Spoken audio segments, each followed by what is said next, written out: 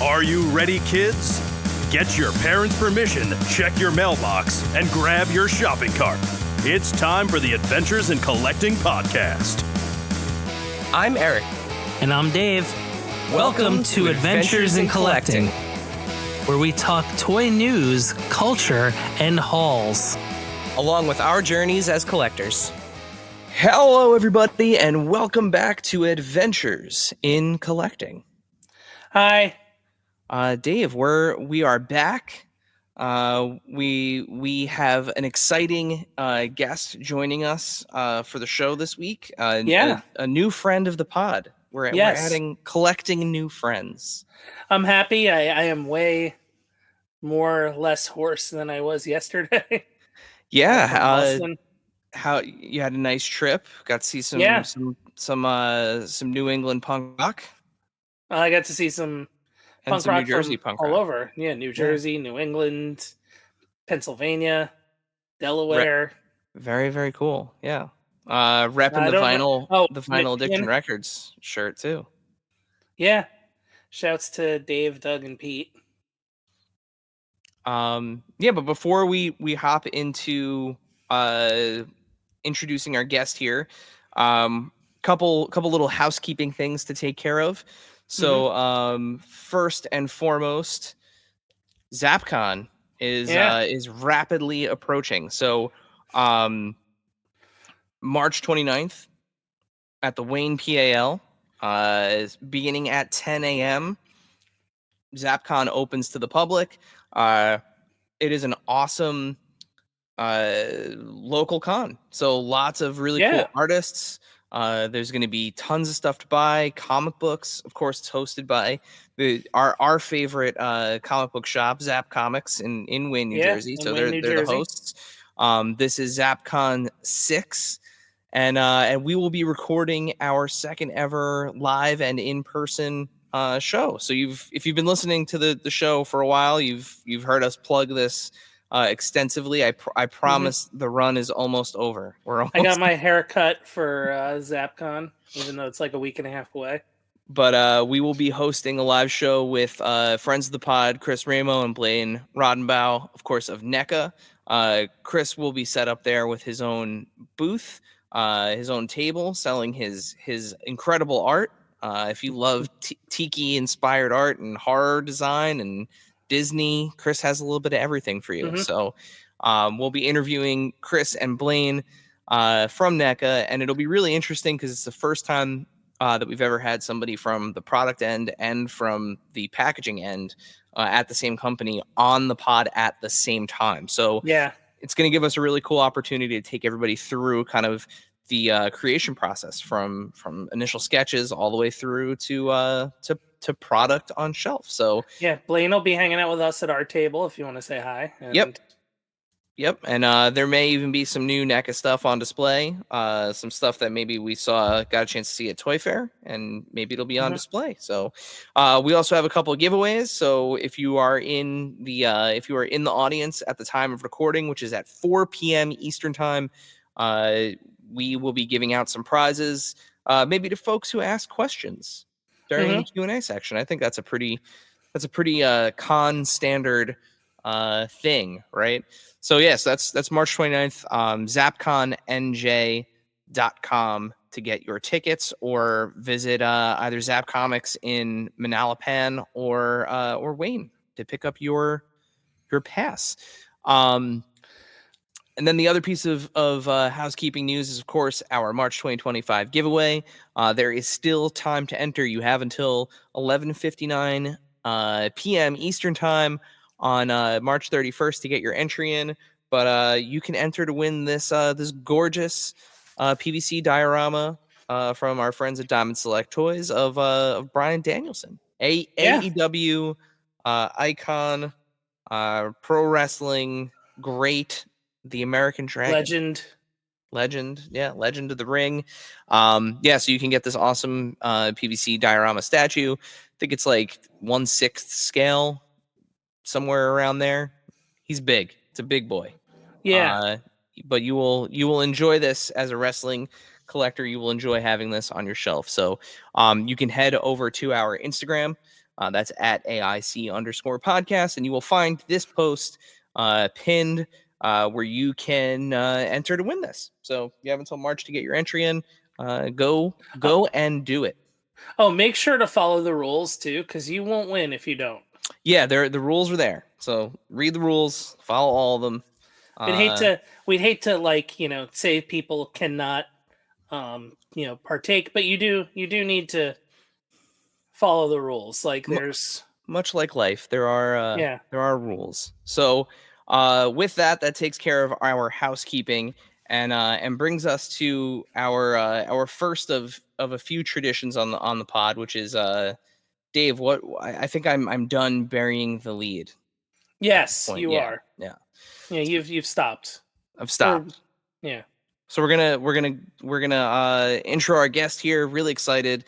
When you think of independent toy makers who have not only shaped the collector space, but also redefined what's possible in action figures, Four Horsemen Studios is a name that stands at the top. From their early days working on some of the most iconic toy lines in history to building their own powerhouse properties like Mythic Legions and Cosmic Legions, they've consistently delivered some of the most exciting and innovative figures out there. And right now, they're in the midst of something legitimately massive, like 35-ish pounds of massive.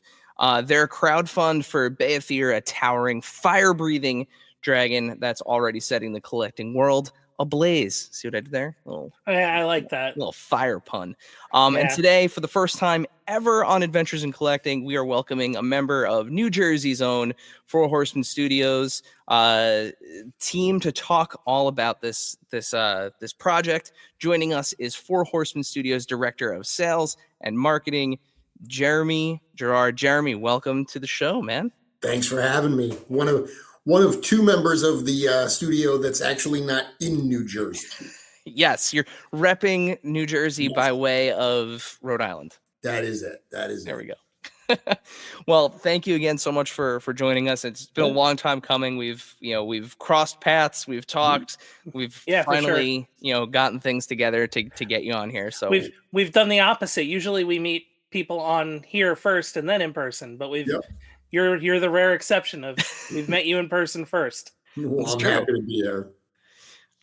So before we dive into all things Four Horsemen, as this is a show about collecting, the first question that we ask all of our guests, what are you currently collecting, and what are some of your recent pickups? So the bulk of my collecting is actually our products. I'm a huge Legions fan. That's how I started this whole journey. So I'm still as excited as any for the actual Legions product. But outside of Four Horsemen Studios, I've recently gotten absolutely hooked on the Ben Cooper Kids line from NECA. Yeah. Those are cool. But man, dude, they got to slow down. Oh my goodness. Like every day I feel like I get up and there's another pre-order for 5 more figures. I have it at my house. I have them all I didn't open them because I really love them in package. Yeah. And I have them all thumbtacked up around the corner of part of the room, and I'm quickly running out of space. So that's been the primary thing I've been picking up lately. I did just today, I got in a package with Bandai did a reproduction of, the big jumbo Shogun Warriors from the 70s. Yeah. I love those things. I had a couple when I was a kid, and that's been one of the things that I've been hunting down at toy shows recently. Both Eric Treadaway from the studio and myself, every time we go to toy shows, we're hunting down Shoguns. And Bandai is doing reissues of them. And not only are they, reissuing them, but they're doing the Japanese versions that had all these extra parts that weren't available in the American releases. Oh, wow. So I just got their reissue of Mazinger, and I opened it today, and it's crazy to open up a toy. I mean, it's like a 1970s toy because it's the same parts and everything, but it's absolutely factory fresh. Everything is super clean. All the missiles are there. So that was a pretty cool kind of kicking me back to my childhood moment, cracking that thing open. That's awesome. Yeah. Very cool. I think So I don't know which two are there, but Chubsy at actually has two in the shop that he picked up at somewhere, and they're like up on like actually by the Legion stuff. Yep. They're up on like the top shelf. And he got them in the one day, and I happened to be in there like right after he got them, and I was like, "How the hell did you dig these up?" Yeah. But yeah, it's so cool to see those in person. I mean, they don't make not everybody makes toys that big. Yeah.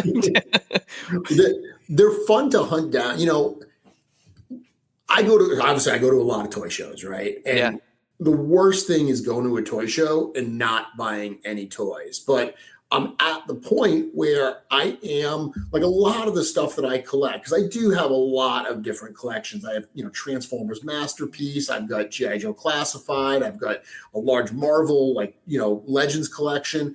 And for most of those sets, I'm pretty much happy with where I am. I'm not adding to them these days. So when I go to toy shows, and especially when it's a lot of modern stuff, I'm not buying a lot of that. So it's been fun to go and hunt down some of this weird, wacky stuff. And Shoguns are great because they have them at most toy shows, but they're in such crazy different states of disrepair. I've seen some that are like so absolutely trashed that I absolutely don't want. So it's kind of like finding that happy medium where, okay, I don't want it mint because it's going to be way more than I want to pay, but I don't want it trashed. So finding that kind of like needle in a haystack, and it's the right condition for the right price. It's given me something to hunt for when I do the shows. Yeah, that's great. Yeah, it's almost like when you find the ones that are like completely thrashed, they almost become sort of like art pieces, in a way. Like the patina of loved toy. The problem though is even when they're trashed, they're usually like $200. Like if it was like if I found one that was legit trash and it was like $50, that's probably something I would buy just for the sake of what you're talking about. But for $200, I'm like, I can't bring home something that's genuinely that broken at that price. Or even like, how can I clean this up and make it look somewhat presentable? But for $200, that's a tough pill to swallow. Yeah, and I've had that conversation, and I now know thyself. I'm the type of person, I know this about myself, that will buy something saying, I'm going to clean this up and get some repro stickers. No, I'm not doing any of that. I'm going to get it. It's going to go wherever I put it. And I'm going to intend to do all those things. And I'm never going to actually do it. And then at some point, I'm going to find a better condition one and just say, like, you know what? Let me just buy that one. Yeah. I have lived that myself. I'll tell you that much with a handful of things. So getting into you, Jeremy, what do you do at Four Horsemen Studios? And how did you make your way there? So my title is Director of Sales and Marketing. That's my primary responsibility. So I'm in charge of all aspects of the sales and marketing. So all of the outward facing communications that you see, whether that's the website, whether that's the social media, posts and platforms, all of that is myself putting that together, writing all that content and publishing all that. I also deal with all of our retailers. So, we have a worldwide retailer network. You were talking about ZapCon at the start of the show. Zap is one of our retailers in New Jersey. I'm the one that interfaces with all of them to help them with their orders, to help them, understand the product. So really driving the communications and the sales and everything for Four Horsemen Studios is my primary responsibility. One of the great things is because we are such a small company, a lot, we all kind of do multiple things. It's not so rigid. It's not this like rigid corporate structure where you only do that one job that you have. So I've been fortunate that I get to actually do a lot on the creative side as well. I work very closely with Eric Treadaway. Many people who know Four Horsemen and know Mythic Legions or Legions in general, everything that we put out is sculpted by one person. which is insane when you really Yeah. think about it. If you look at the body of work over the last decade for Legions, to understand that all of that was sculpted by Eric Treadaway is an incredibly impressive feat. I get to work very closely with Eric, both from the standpoint of the lore. So I write all of the content these days, whether that's the bios, whether that's the book that's coming out. All of that is content that I write in collaboration with Eric. Eric created this world. He's the one that set the parameters for the story, and now I get to go in and kind of fill in the blanks on all of that. And then I do get to do some design work on the figures as well. Again, Eric sculpts everything, but because we do so many figures that are reusing our library of parts, I really got started with this line as a customizer. That's how I came to the attention of the studio, was doing custom figures with the Legions line. So I'm used to looking at the parts and kind of thinking about what's possible with them. And that served me really well with the line itself, where there have been a number of figures, both the Legions Con exclusives, certainly, but even a number of figures in the main line that I've been able to contribute to in a meaningful way to those designs. In terms of how I got here, so I mentioned that I was a super fan of the line right from the start. I knew Four Horsemen Studios. I knew the Four Horsemen back from their time at McFarlane Toys. And then when they opened up Four Horsemen Studios, I was, one of the people on their message boards voting for the Fantastic exclusive, back in the day. And then I backed their Kickstarter for the Gothotropolis Birds, and certainly for Mythic Legions as well. So I was an original Mythic Legions Kickstarter backer. As I mentioned, I started not only collecting, but customizing them as well.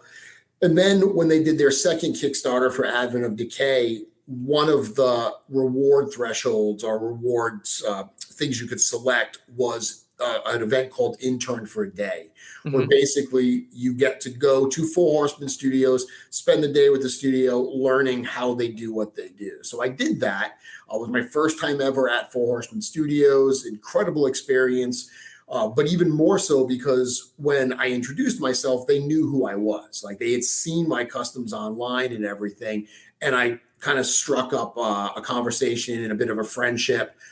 So much so that about a month later, I got an email from Cornboy, one of the founders and owners, inviting me back to the studio. But this time, instead of a paid intern, I was an invited guest to be part of something they called G-Con, which was an event. This was back before COVID, before doing virtual broadcasts were something everyone did.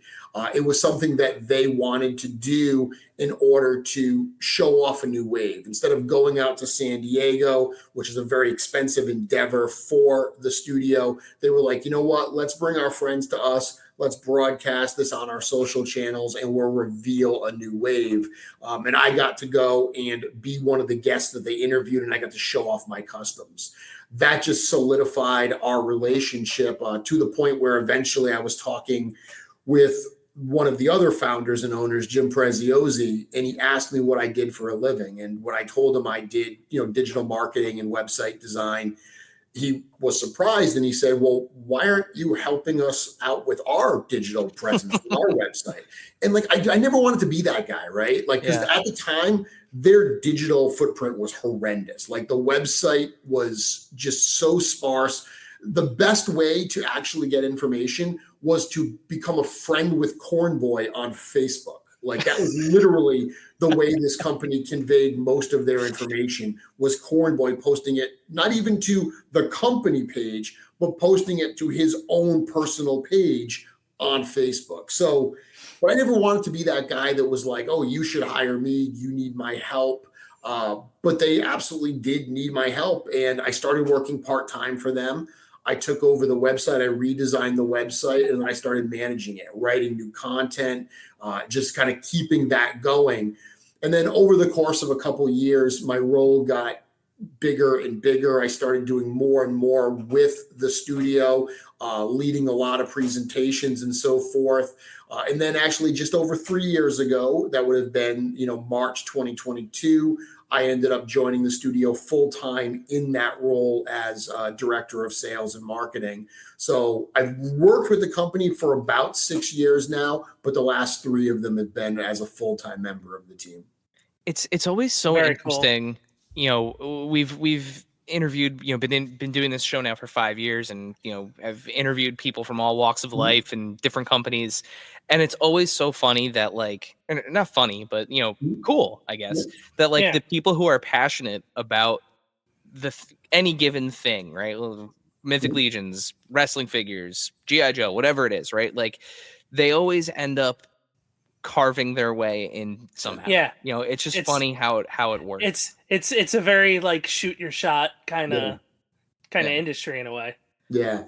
And like I said, I never wanted to shoot my shot. Like because at the time I had a really good job. I was the director of marketing for an IT company here in Rhode Island. Loved the company I worked for. I'm not into technology. Like I worked with a bunch of like genuine technology guys, and I didn't care. Like Microsoft would drop like a new like package or update, and they'd get all super geeked out, and I was just like, I don't care at all. But I loved the company, and I loved the way we helped people, and I was excited about that. Like I was passionate about communicating the impact that we had for our clients. But collecting toys and everything has been something I've done for decades. I never imagined I would be in the toy industry. So when it happened, it really did catch me by surprise. But it's actually something that Four Horsemen Studios has done a number of times. Like if you look at our full-time roster these days, so many people started as fans or friends of the studio. Chris Gorich, who's our production manager, he used to work at NECA. He's worked at Jazzwares and everything. He started just doing helping out the studio because he was already going over to China. So he was like, yeah, I'll look in on your production. I'll help you out. I'll do a little bit for you on the side. A couple of years later, he becomes the full-time production manager. Yeah. Nate Barch, the guy that does all of our artwork. If you've ever heard his story, he actually did a piece of fan art on a Motu message board that the studio saw, was like, hey, this is awesome. Do you want to do a packaging painting for us? Dude's now a full-time member of the team, does all of our packaging. So it's incredible how this studio has found talent out there within the fan base and made our company and our team that much stronger because of the way they've recruited and hired those people in. Yeah. The other thing you talk about too is the worldwide reach and getting things out there. I thought one of the coolest things about a year ago, I was in Europe, I was in England, and then ended up in Paris and walked into a comic shop, and I was like, oh. And then there was Mythic Legions, and I'm like, oh, that's from where I'm from. Yeah. And it was really cool to see. Blew my mind that it was yep, France knows what's up. Dude, I get so geeked out. I went to Salem last Halloween, Salem, Massachusetts, not too far from where I am.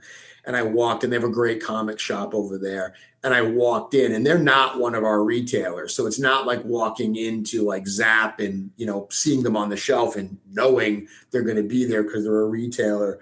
But they had a handful of Legions at this comic shop in Salem. And, I get so geeked out. And I was taking pictures of them and sending them to our company chat. And I was like, look, guys, look. I mean, that's the kind of company we still are, right? We're not this giant company that's in, major box stores all across the country where that doesn't excite us. Me walking into a comic shop in Salem generates me sending pictures to our entire company and being like, hey guys, look how cool this is. And all of the people, the owners and everyone commenting how neat that is, that I found some of our figures out in the wild. Well, speaking of cool things, 2025 is a big year for the Horsemen, as it marks 10 years of Mythic Legions. What's it been like in your time, at Four Horsemen Studios, to see the line go from the crowdfund that you were a backer on to really where it is today? I mean, it's been incredible. Like I said, I've been working for the company for 6 years now. So when I first came on board, it was a much different time.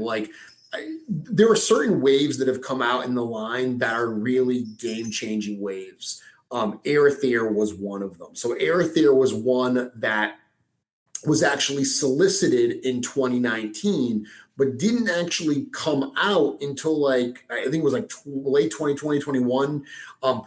The bottom line was it was solicited before COVID and it came out after COVID. So by the time it came out, if you remember after COVID, that was like a crazy time for collecting where, everyone had tons of extra money that they had nothing to spend it on because they couldn't go anywhere. So a lot of people were pouring money into their collections.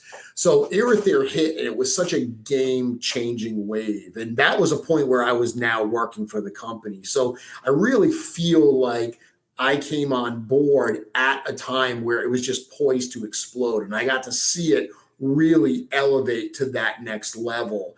And then what we've done in the last few years since then is we've really tried to become so much more purposeful in what we're doing, where in those early days where the team was only, a couple members, there wasn't as much planning and strategy. But, now that we're not only offering Mythic Legions, but we've got Cosmic Legions, we've got Figure Obscura, 2025, we last year in Legions Con, actually, we announced Infinite Legions, which is a new line that we're going to be debuting this year. Legacies of Mythos, which is a subline of Mythic Legions.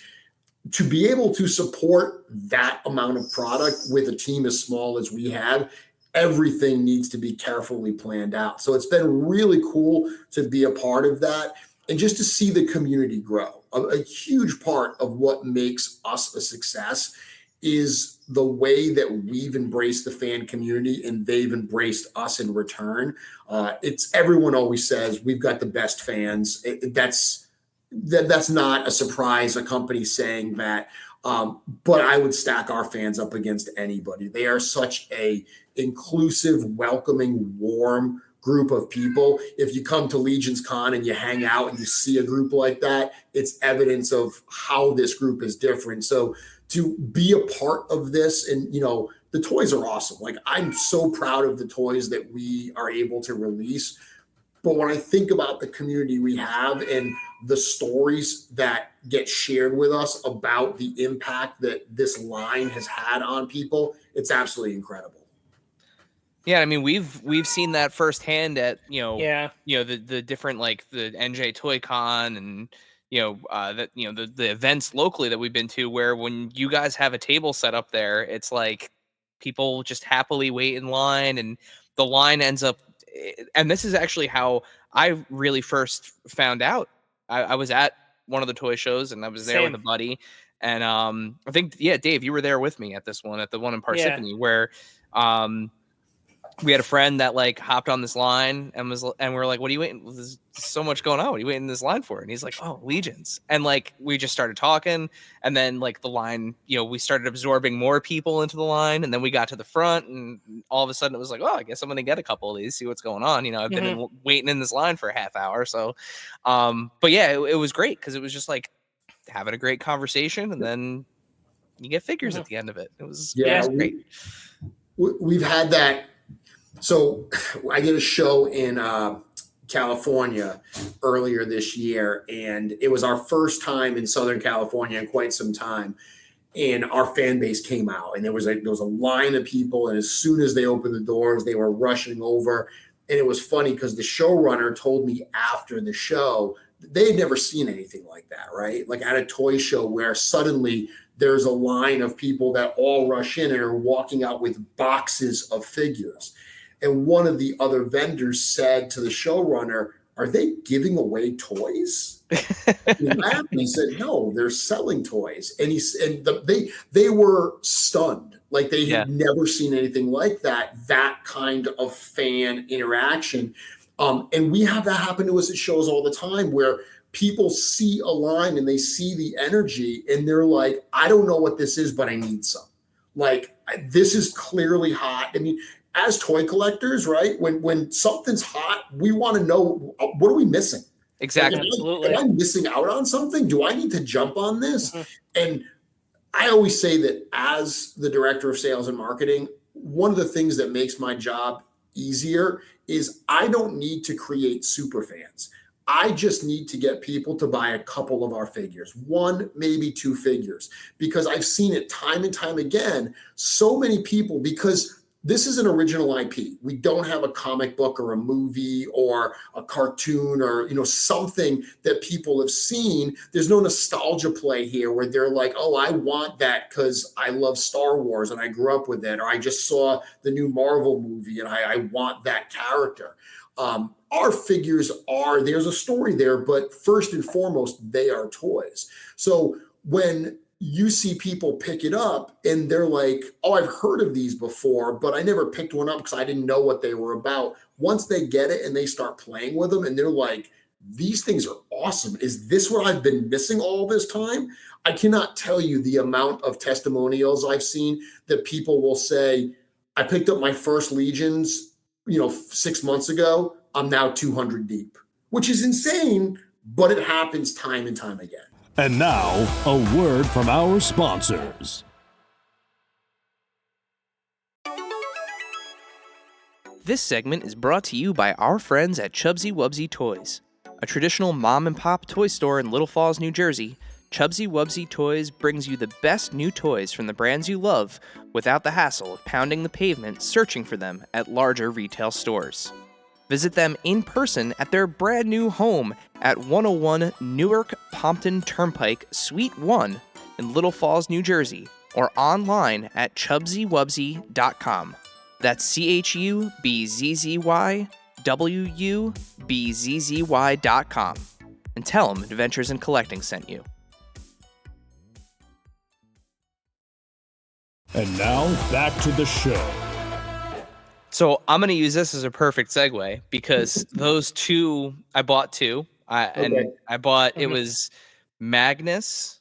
Ooh, it's a good one. Gold armor. Yep. And it was just like a Black Knight. It actually looked like the Black Knight from Monty Python. That's why I bought it. That's probably the Black Knight Legion builder. Yeah. So I bought those two, and I was like, oh, these are really cool. Like, I'm not the biggest like sword and sorcery guy personally, but I was like, I get it. I understand it. Shortly thereafter, though, you guys went and announced what is I would pull it out right now, but it's like nestled in a good spot, and I'm worried it will cascade if I try to pull it out. But I very soon after that bought what I would consider in my collection to be literally my favorite singular piece in my entire collection of everything that I have. Can confirm. Which is my favorite fictional character from anything ever, the Headless Horseman. So some of my favorite pieces, and I think I could speak for Dave too, has been from that figure obscura line, because while I'm not a big sword and sorcery guy, I'm a huge Christmas Carol guy. I'm a huge Headless Horseman guy. Mask of the Red Death. All of that stuff is like, that speaks to me. And having had my hands on 2 Mythic Legions figures prior to that, it's like, oh, when you announced these, I then knew like what to expect in terms of like, delivery. But how do you guys, like, it's such a hard right from what you're doing with Mythic Legions to Figure Obscura. How do you select what you're going to do with that line? I love Figure Obscura. Figure Obscura has become such an important part of our company. It is very much a gateway for us because you got a couple Legions first and then you picked up Figure Obscura. But what we see is a lot of people go the opposite way where, Legions look cool, but I don't know what they are. But the Headless Horseman, I know what that is. That's a great piece. I can display that at Halloween. They buy that, and then now they understand Legion. So Figure Obscura started because, our owner, Jim, wanted to do a holiday figure. And they were like, hey, we could probably do something pretty cool with our existing parts and just a few extra pieces. So Krampus and the Headless Horseman were the first 2 that were designed. And if you look at the Headless Horseman, and our library of parts, there's very little new on that figure. The pumpkin head is brand new. The severed neck is brand new. The hand that has got the peg that holds the pumpkin. Those are the only, and the collar. Those are the only new parts. I'm looking at it and smiling, by the way. So early on, the idea with Figure Obscura was a couple new parts. The rest of it is existing library, and we get to do a holiday figure. But the reality was Figure Obscura took off and became such a popular line for us that it gave us the ability to invest more heavily into it. And then if you see a figure like Sun Wukong, the Monkey King, that is almost a head to toe new figure. You know, we have Frankenstein that came out the past year, Frankenstein's creature. It was a head to toe new figure. Like there was no parts reuse in it. It was completely brand new. So the way that we select what gets done, it is genuinely so pure. It's what Eric is inspired to do. He once said to me that if I ever have to like force myself to do a Figure Obscura, we're doing it wrong and I'm not doing it. So we have deadlines. We have things that we have to do. You know, we've got to keep the mythic line running. We've got to keep the cosmic line running. Figure Obscura is his breath of fresh air. It's his palate cleanser. We have a list of potential figures we want to do for Figure Obscura. Everything on that list would be awesome, but not everything is right at specific times. So we're very careful about which ones we select at which times based on other stuff we're doing, based on the parts that we may have coming that we can reuse. But at the end of the day, the number one criteria is what is Eric inspired to do? You know, he did, again, Sun Wukong, the Monkey King, because it's a figure he had always wanted to do. Yeah. Eric has sculpted for so many different companies. He's done so many, he's sculpted from Star Wars and obviously Masters of the Universe and Turtles and Nightmare Before Christmas. His resume is incredible. So the fact that there are still characters he's never had a chance to sculpt that he really wants to approach, that is one of the things that we get to do with Figure Obscura. And you mentioned you're a big Christmas Carol guy, as am I. Christmas Carol is possibly my all-time favorite story. And those figures, the Jacob Marley was an absolute labor of love. And specifically, oh my god, what an great figure, what an execution. And I love as much as it's like a love-hate relationship with the Cadence, because like I would love to have them all display, like because I see the direction, like, you know, which way we're going with them, but like I would love, I can't wait 3 years from now to have them all together, and you know, like I'm super excited. He can't wait, and he can't wait. The other thing is if you could inspire Eric, sprinkle a little inspiration on him, Ichabod Crane, man, to go with our Horsemen. So we talked about it. So one of the challenges with a character like Ichabod Crane is it's a great character. It would be awesome for the display, but it's not the most exciting toy. And that's one of the challenges that we have is, like, even when we do a character like Ghost of Christmas Past, we do get some blowback from certain people that are like, it's not fighty enough. You know, a character that doesn't have weapons, or in the Ghost of Christmas Past, like, we made her straight up creepy. Like, oh yeah, you did. The bonus head is very, very ghoulish and everything. Yeah. But that's one of the things that we always look at as well, is because there's a ton of characters, and this is also, you know, going back to Mythic Legions, we've had people request like villagers in Mythic Legions. Yeah. And I'm probably the most vocal person that says I don't want villagers. And whenever I have this conversation, I'm like, okay, name me the villagers you want. Everyone always starts with the blacksmith. And I'm like, stop the blacksmith. Yes, the blacksmith is cool. After that, where are you going? Yeah. Do you want a baker? Like, do you want a miller? Like, are you really excited for a miller action figure? Well, yeah, you do the baker, you do the candlestick maker. So my point is that I get why people want those types of figures, but their appeal is very limited. Eric has told this story before, that when he was doing a lot of work for Mattel, when the Horsemen were, all these people would ask for, like, when are you going to do Alfred? Like, you know, they wanted all of those figures to build out the full display. Dude, Alfred doesn't sell the way that Batman and Joker and Yeah. all of those more dynamic, visually exciting characters do. So at the end of the day, Figure Obscura is a passion project for us, but there's also a business reality that we have to kind of say, like, okay, will we be able to actually move enough units of that to justify doing it? See, the good thing about Ichabod is it gives you a way to get the horse, like another horse back out there, and that could be a selling point too for a lot of people, just to be able to get another horse, Sure. and you give him like a crazy scared face or something like that. And just think of all like the rad regional like mythical monsters. Oh yeah, Jersey Devil. The Jersey Come on, Devils we're, and we're in New Jersey. Bigfoot and Cryptozoology is something we haven't touched on in the line, but right from the beginning, where we talked about what Figura was, we said folklore, literature, mythology, cryptozoology. So it was in the mix of the types of characters. Because at the end of the day, what we're pulling from is stuff that's in the public domain, like, Legend of Sleepy Hollow and Christmas Carol, or stuff that kind of falls outside of having copyright. A lot of the cryptozoology stuff, nobody has a copyright on that. So a lot of that stuff, mythology, we did the gods of ancient Egypt and stuff. Nobody has a copyright on Anubis. So all of that stuff is totally fair game. And that's one of the fun things to do with the line as well. Like, so a couple years ago, we did Monkey King, Mask of the Red Death, and Jacob Marley all in 1 year, and didn't intentionally do literature. Like, there was no point that we said, let's really focus on literature this year. It just, those were the characters that happened to get done.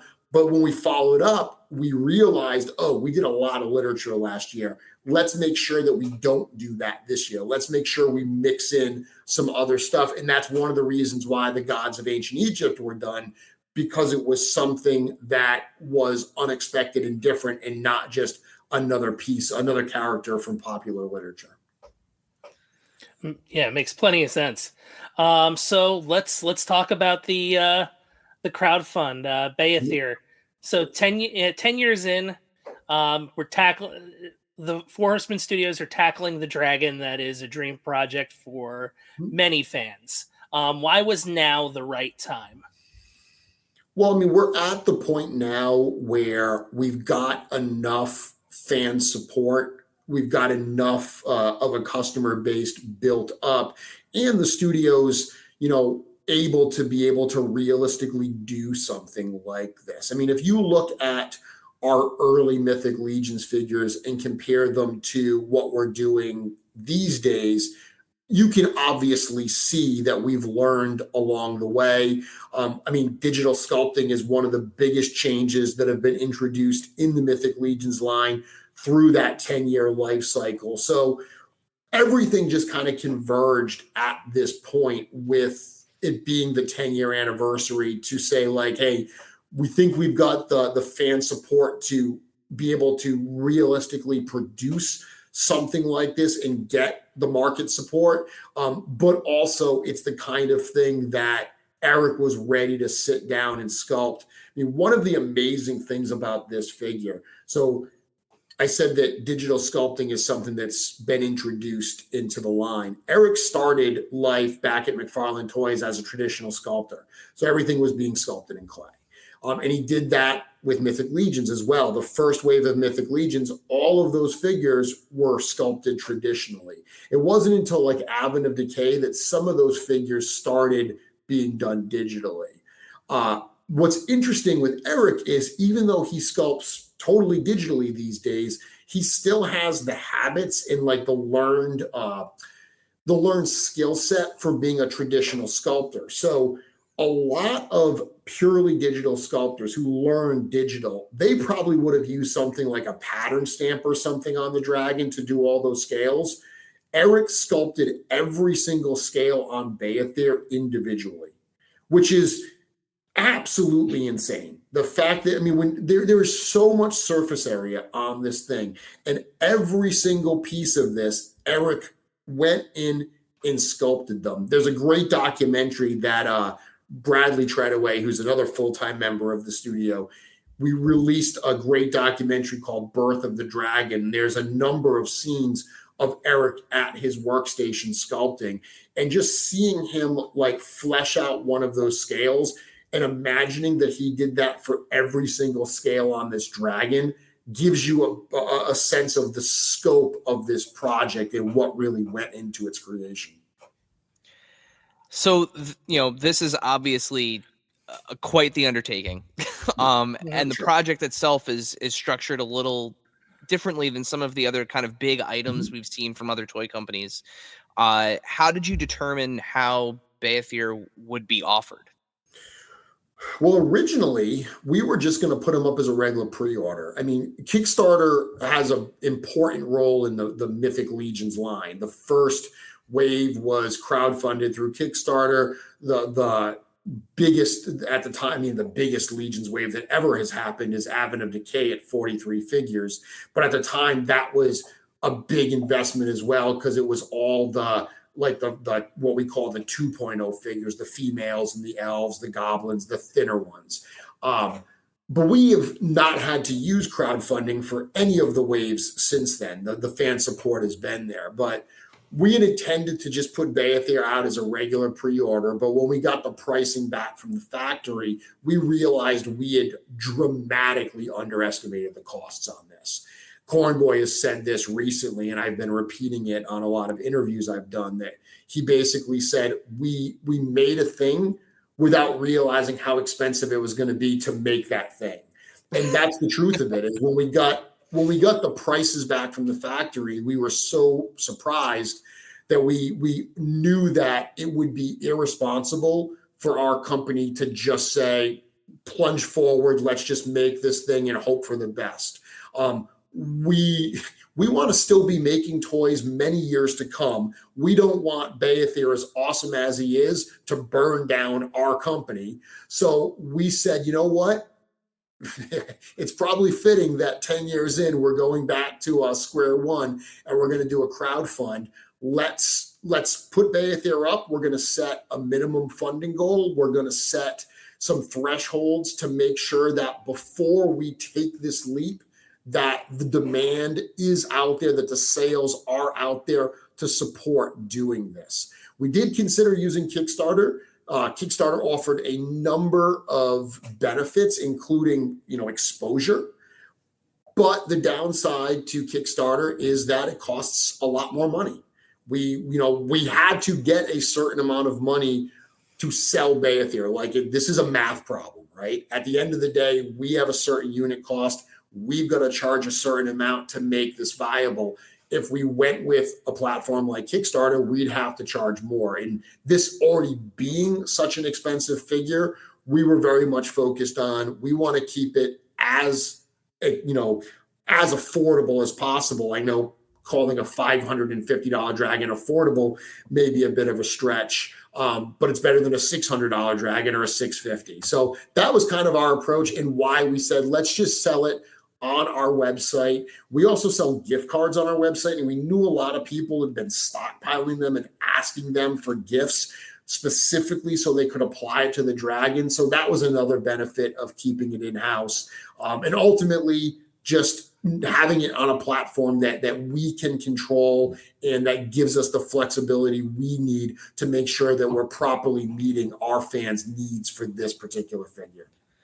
So, in kind of like a quick rundown of the actual offering here, and just kind of going through the different tiers, as we're going to do here in just a moment, I think one of the things that stood out to a lot of people was, the difference between kind of like tiers and add-ons, right? Mm-hmm. So was it really just kind of determined again by the size and the production cost, just in terms of the head and the alt head and the alt wings and stuff like that. I mean, the wings and the if you look at like the add-on pieces, the wing and the neck and everything, it's like half of the dragon. Like half of the dragon size is in that the neck part and everything that comes off in those gigantic wings. So when we got the prices for that, I've seen a lot of people say like, oh, you should have added them as stretch goals. We couldn't, like, they're too expensive. We can't add a stretch goal that costs that amount of money. I mean, we could, but it would unlock it 10,000 units sold or something like that. It would be a really, really high number. So for us, we said, hey, we had shown all that stuff at Legions Con. We had shown 2 dragons, the standard build and the add-on. For a minute, we toyed about not selling the add-ons. We were like, hey, because we knew we were going to get some blowback from people saying like, oh, the dragon is $850. No, the dragon is $550. He comes with a neck. He comes with a head. He comes with wings. But if you want additional pieces, extra pieces, that is the add-on. I heard someone compare it to like buying a car, right? You can buy a car and it's a fully functional vehicle, but if you want to upgrade with the spoiler and the sound system and the tinted windows and the special wheels or whatever, I'm not a car guy, so I think neither am I. Same. I think that's what people spend money on, but the point being is the car works fine without those things. But if those things are important to you, you can get them. You just have to pay more. And that's the way that we approach the add-on sets. Is we knew that if we didn't offer them, people that had seen them at Legions Con that really wanted them would be upset. But if we threw them all in the package, it would have been $850. And we didn't want to say, okay, the price of admission is $850. We wanted to say, okay, the price of admission is $550, and we're going to give you some options. If you want these other pieces, you can certainly buy them.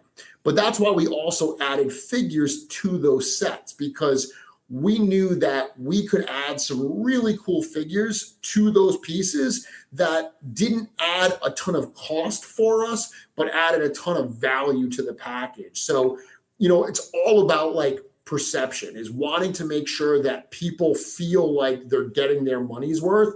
If they're just buying the wings or they're just buying that, fire breathing head, that's super cool. But if we also throw in a figure that's not going to be sold elsewhere, that's not sold individually, there's that extra value that's added. And, ultimately we looked at all these different options and landed on this one as being the best way to at least get this out there and give fans the ability to buy what's important to them. Well, the good news is that that fiery breath add-on fully funded. So Yep. at the very least, you're getting the Burning Knight and a really cool wall mountable dragon head that can breathe fire on it. So, but you guys are also really close on the number for the actual dragon. You're in like, I think the last time I looked, or last time you guys posted, you were up past 1,700, right? So. Yeah, we were over 1,800 today. Over 1,800. So okay. yeah. I think we're at 91% funded as of this morning, and obviously we've had orders that came in today. So I hesitate to say this is absolutely going to fund, but it's at the point now where it's going to fund. We're less than halfway through the campaign. It's over 90%, and let's be honest. Most crowdfunding campaigns, you don't pay until the end of the campaign. Because we're using our regular store, we don't have the ability to do that. So this is a campaign that you pay up front, like when you order, you pay. There's no incentive to do it early other than bragging rights, other than saying, there are people that are like, I was a day one Bayathair backer. Like that's important to them. And it makes me so happy because it's proof that we've built this relationship. Like it's so crazy. And it sounds so disingenuous in this day and age to say that, like, we as a company, that people have a personal relationship with us, but they do. Like, they know me, like they know George, they know Chris and Eric and Cornboy and Diego and Joe, all of us. When they go see us at shows, we interact with them all the time, and conversations we've had continue in person. How many companies do you buy from regularly that you can say that the people that work there, and when you see them, a conversation that you've been having online immediately translates into in person. So these people want to support this project, not only because it's badass, but because they're like, hey, these are people I consider friends, and they're doing something amazing. I want to support it. But that all being said, at the end of the day, it's a lot of money to drop before you have to. So we know that, like every campaign, we're going to get a flurry of orders that final weekend. People who are waiting right to the end. All of our pre-orders do this as well. People wait right to that very end. We have people that they think it's fun. They're almost playing chicken with the pre-order, and they try to wait until the last, like the pre-order ends at 11. They put their order in at 10:59 every single time. They get some kind of thrill. So thinking about all of that, being over 90% funded with everything I've just said is nothing short of amazing. This dragon is absolutely going to fund. And the other thing too is you announced that in terms of the additional goals, the Green Knight, Sir Benegar has been added to the base level. So when and I this is always Dave's thing. We are not an if. we are a when podcast. We are not an if podcast. We are a when podcast. Yep. When it funds. I love it. Every backer will get a Sir Benegar. Yeah, and we made that decision. So I've said before that the way we approach stretch goals for this was we have a certain unit cost, right? When we hit higher numbers, like when we are going to produce more, our unit cost comes down a little bit because the more you make, it gets a little bit cheaper. So our approach was like, hey, if we don't add anything to this, the higher we sell, the more profit we make per dragon. That wasn't our goal. So we said, okay, if we get a price break and our unit cost comes down, let's add something back into the package that's equivalent to the savings we just got. So it brings our unit cost right back to where we were. We're now making the same amount of money on that dragon sale as we were before, but we've just added more value for the buyer. So now instead of paying $550 for the dragon, they're paying $550 for the dragon and the knight, or the dragon and the knight and the skeleton. That's the way we approach stretch goals on this campaign. The reason we added Sir Benegar early is not because we suddenly found some savings.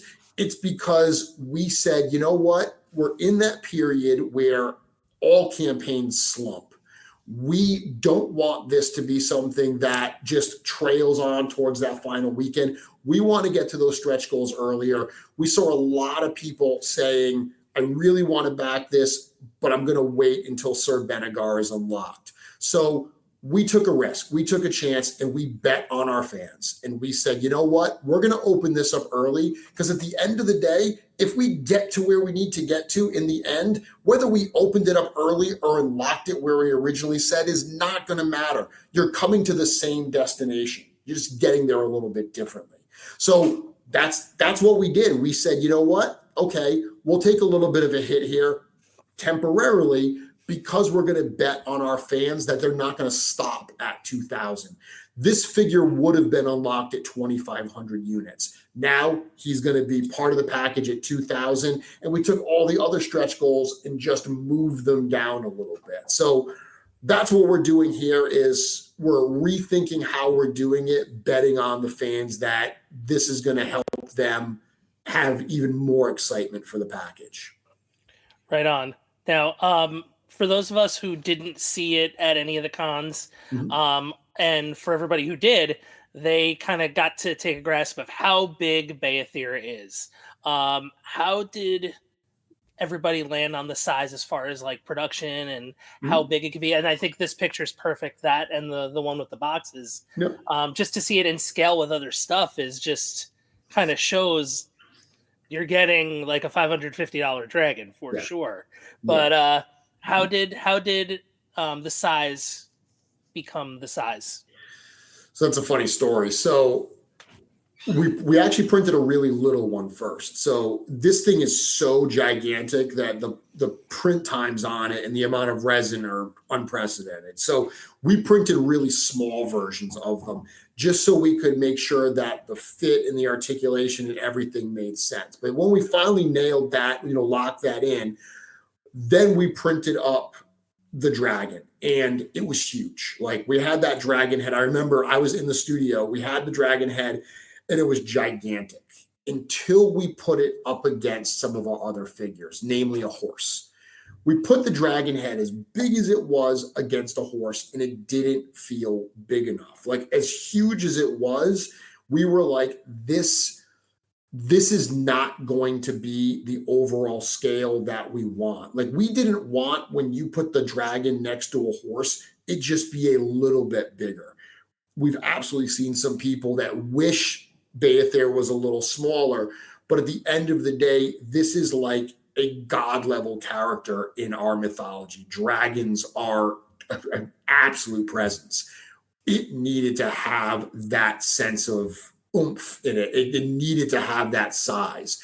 So we all looked at it and we said, let's do a couple more prints. Let's print it 10% bigger. Let's print it 20% bigger. That's the great thing about digital, right? Is you can print it at any size that you want. Once you have that digital file, you can just print it. So we did all of that. A few days later, those prints were ready, and everyone in the studio looked at the sizes, and unanimously, every one of us said 20%. That's the one right there, because it had the size we wanted. Like again, relative to some of our other bigger characters, like the horses and the trolls, the smaller sizes, it just didn't have the kind of power that we needed for this dragon. Yeah, and I mean, looking at this, this picture for those of us that are watching on YouTube, as much as before I just said I'm not a huge sword and sorcery fan. I loved the film Dragonheart. That was like I loved when that came out. And looking at the size of these, of these 110 and 112 scale figures standing next to, it looks like the right size for a dragon. Yeah.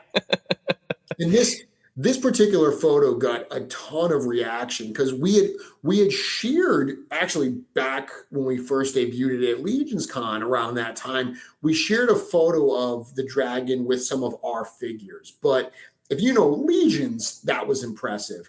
But if you don't know the size of Legions figures intimately, there was no context there. Correct. So by displaying this with a variety of other lines, which by the way, these were all just things that were lying around the office. Like literally the call went out and we were like, hey, we need figures. Everyone, what do you have on your desk right now that we could put into this photo? And that's where all this stuff came from. It's all stuff that is in our actual collections at the studio in one form or another.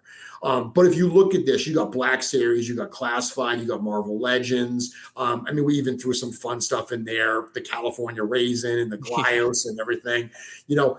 It gives you context. And this was the photo that I think a lot of people that had seen like the real sexy shots that we had done and were like, wow, that looks really cool. Seeing this photo and having that context made them realize, oh, wow, that thing is absolutely massive. Yeah, Trevor's shouts to at 1/6shooter on Instagram. Trevor's photos made it look beautiful. These photos made it look massive. Yeah, that was when I remember we were first talking about it. I was like, I'm having trouble figuring out like how big this is. Yeah, because we haven't seen it. We have not had the opportunity to see it in person ourselves, and we have friends that have conveyed its size and to us, but seeing this picture really kind of drove it home.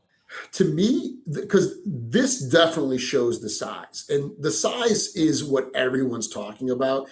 I will go on record saying right now that when people get this in hand, it's going to be the detail that everyone is talking about, because there have been so many large scale like pieces that have come out recently, right? Like, the Cat's Lair or the Hiss Tank or, the Sentinel and everything. And, I have a bunch of those. I don't have the Cat's Lair. I have the Hiss Tank. I have the Sentinel. I have Galactus. I love those figures. I think they're great figures. But it's a hard comparison to compare those to Beathair.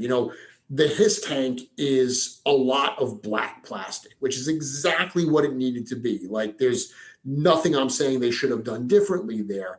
But you look at a figure like Beathair, and while sculpturally it's incredibly impressive, This thing is covered in paint. Every inch of this gigantic, there's no unpainted plastic. We didn't just do like some green plastic and do a little bit of dry brushing or highlights on it. Every single piece of this is highly, highly painted and detailed. I really do believe that when this arrives in fans' hands, that's what's going to be like the blow in their mind type element, is going to be just the amount of detail that the factory was able to pour into this thing. So before we say goodnight to the dragon, and answer a couple of fan questions here that were submitted, remind our listeners, and we'll do this again at the end as well, but remind our listeners, our watchers, where can they back Beathir, and until when do they have to do so? So this figure is going to be offered exclusively at Horsemen.com. Even though we do have a robust retailer community, as I mentioned earlier, we priced this as low as we possibly could go to get it made. If we're pricing it as low as we could go, that means I don't have lower to go for wholesale prices for retailers. So this is only going to be available from us directly at Store Horsemen, and the pre-order ends on April 6th, which is a Sunday, April 6th at 11 p.m. Eastern. All right. So as I mentioned, we do have a couple of questions here from that were submitted. As is always the case, we know that your time is valuable. You can't be everywhere all at once. Even though, as we've mentioned multiple times on this episode, that how connected you are with the community, we still want to make sure that we give our followers, our listeners, a chance to ask questions when we have guests on. Dave, before we hop into those questions, please remind everyone how can they participate in future episodes of the show. Yeah, so if you follow us at AIC_podcast.com, and for those of you watching, I'm looking into the camera, so that way we're having a moment. So you follow us at AIC_podcast.com. Usually the weekend before we record, there'll be an announcement. Like this past weekend, Jeremy's going to be on our show this week. If you have any questions, you can tap on the field, send it, and you could be one of the featured questions that we ask on the episode. And then, of course, you can watch, you can listen on all your favorite podcast locales. Your favorite of choice is our favorite for you to listen on. And, go to our YouTube and watch it, because, I got a cool haircut, so take a look. And we do pictures and stuff now. Yeah, we do pictures now. So that's at AIC_podcast as well. Yep. So from our Instagram, from those submitted questions, we have selected 2 featured questions. So Dave, would you like to handle the first one here? Yes, and thank you for having an easy handle. At Mr_Zen asks, if Beathir funds, are there plans for more dragons in the future? Yeah, absolutely. I mean, the nature of toy making is once you invest in those steel molds, which are wildly expensive, especially for a figure like Beathir, you want to get more squeeze out of that. That's what the Legions line has been built on all these years, right? Is a smart reuse of parts. Now, we can't get as many uses out of the dragon parts as we do, say, a new torso or a new set of legs or something like that.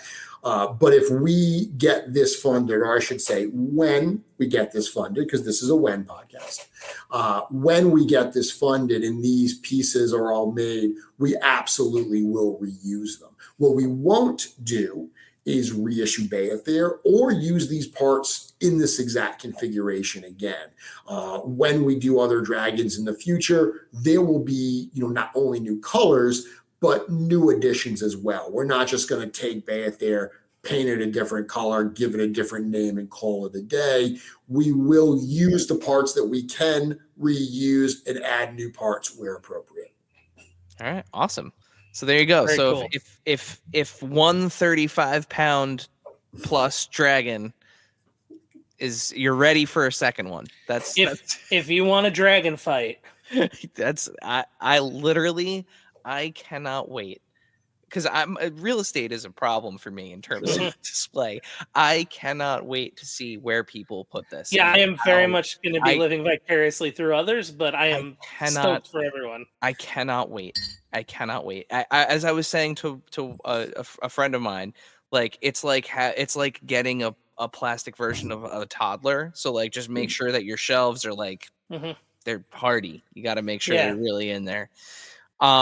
So our second and final question from the fan submissions here comes from at Jersey Maniac. With some waves, so this is a question not directly related to the dragon. Sure. With some waves taking 2 years to arrive, is anything being done to prevent delays moving forward? For example, tooling being completed before waves are initially shown to us. Yeah, we're constantly trying to shorten that window from pre-order to delivery. And in the last few years, because there was a point that everything we did was pre-order. In the last few years, if you look at the amount of in-stock items we've been able to do, obviously we talked about Figure Obscura. All of those are surprise in-stock drops. We've done things like at Legion's Con where we had the Valiant Knight figure a few years ago and the Ninian Infantry, the Snake Man. Right now, we had this touring figure we debuted at ZoloCon a few weeks ago called the Legendary Barbarian. These are all things that were fully tooled, ready to go. We ordered a number and did it as an in-stock. So we are doing a lot more of that. But the pre-order model is still an important part of what we're doing. The problem with the idea of, oh, you guys should just like catch up. I can do that if I don't offer pre-orders for 2 years. Like if I just pump the brakes and say, okay, you know what? Instead of offering any pre-orders, we are going to only offer things that are already tooled or whatever, which, if we do that, people are like, oh, these are all reuse. We want new parts. It's not an easy solution. We're trying to find that balance. We have been sending stuff to the factories a lot earlier than we used to. At the end of the day, toy making is an incredibly complex process.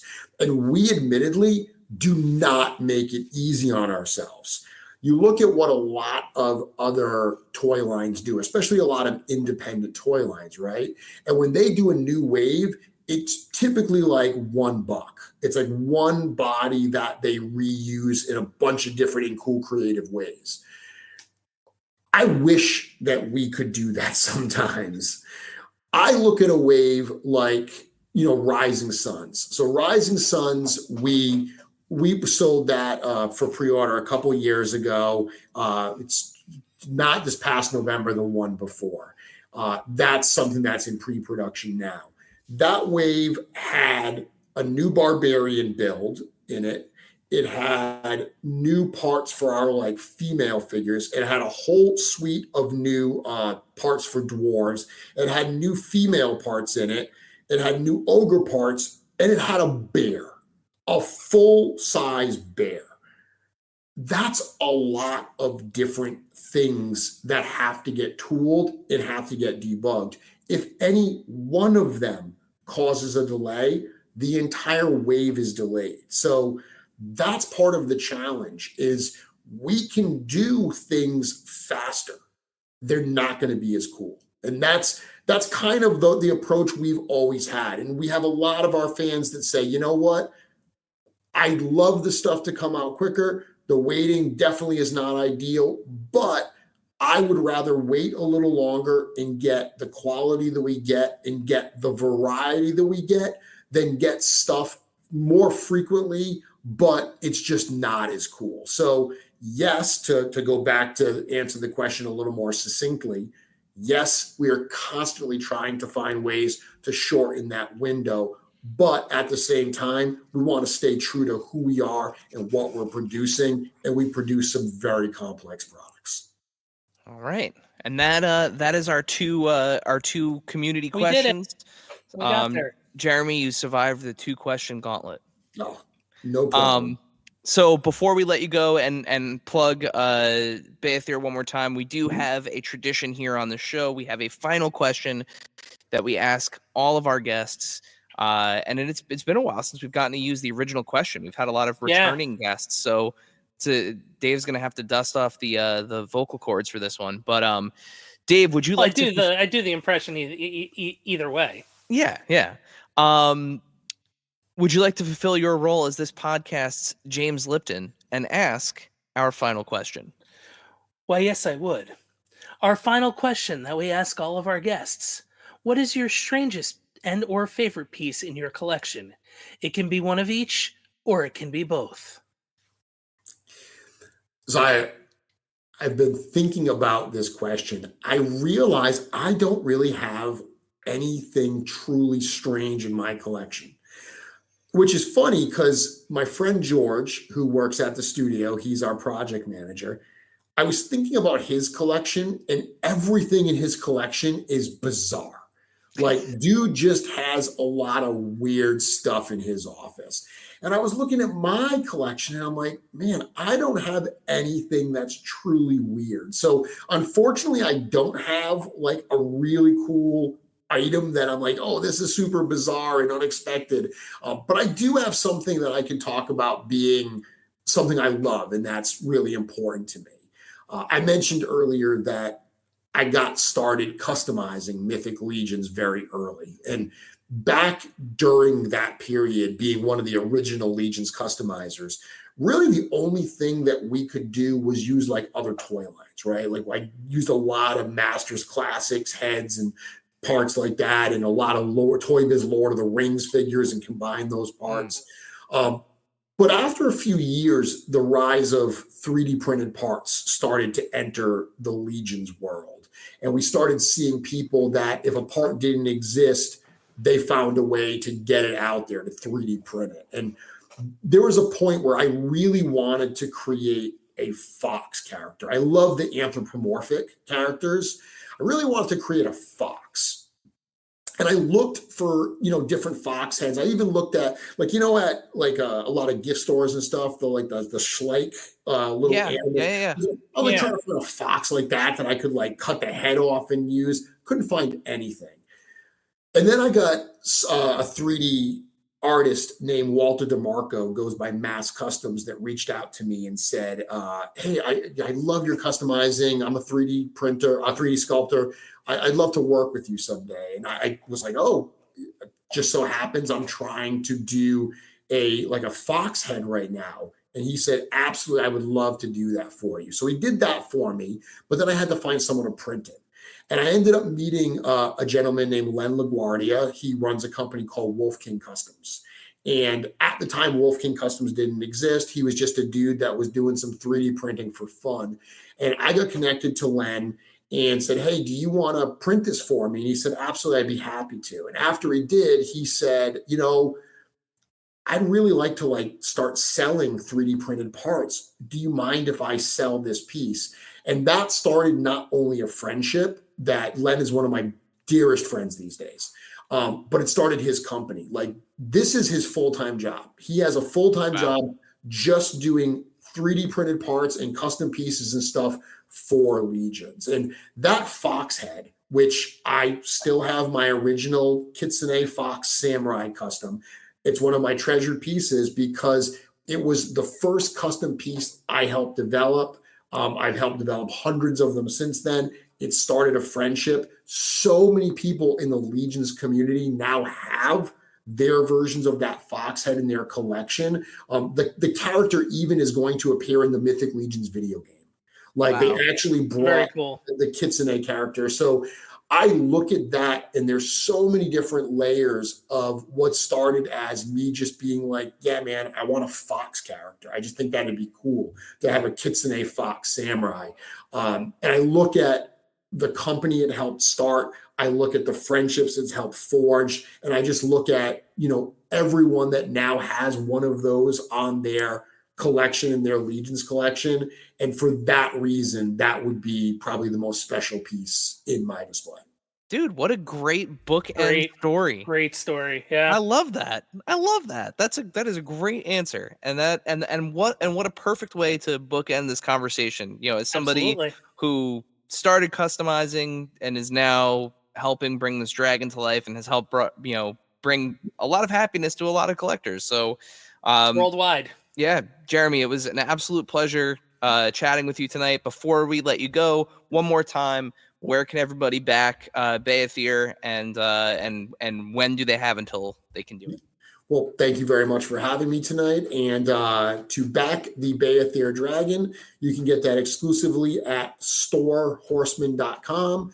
You have until Sunday, April 6th at 11 p.m. Eastern to back Beathir and the add-on sets. The sooner you get it and do that, the quicker we get to those stretch goal tiers so we can add other cool stuff into those packages. All of that stuff is added at no additional cost. So the more that we sell, the cooler we make the overall package that you're getting. Once again, that's at Horsemen.com until Sunday, April 6th. Awesome. Jeremy, thank you so much. Dave, send us home. All right, let's get another toy made, everybody. Thank you, dear listener, for hanging out with us today. Subscribe, rate, and review us wherever you listen, and then tell your friends to do it. Thanks also to Joe Azari, the golden voice behind our intro. Our music is Game Boy Horror by the Zombie Dandies. Find more about them both in our show notes. Follow us on social media at AIC_podcast on Instagram and Twitter. Stop by and say hi, show us your toy hauls, and share your toy stories. Maybe we'll talk about it in a future episode. Don't try this at home. Void where prohibited and some assembly required. Each sold separately, not a flying toy. Consult a physician if your toy run exceeds more than 4 hours. This has been a non-productive media presentation. Executive producer, Frank Hablawi. This program and many others like it on the Non-Productive Network is distributed under a Creative Commons Attribution Non-Commercial No Derivatives license. Please share it, but ask before trying to change it or sell it. For more information, visit non-productive.com.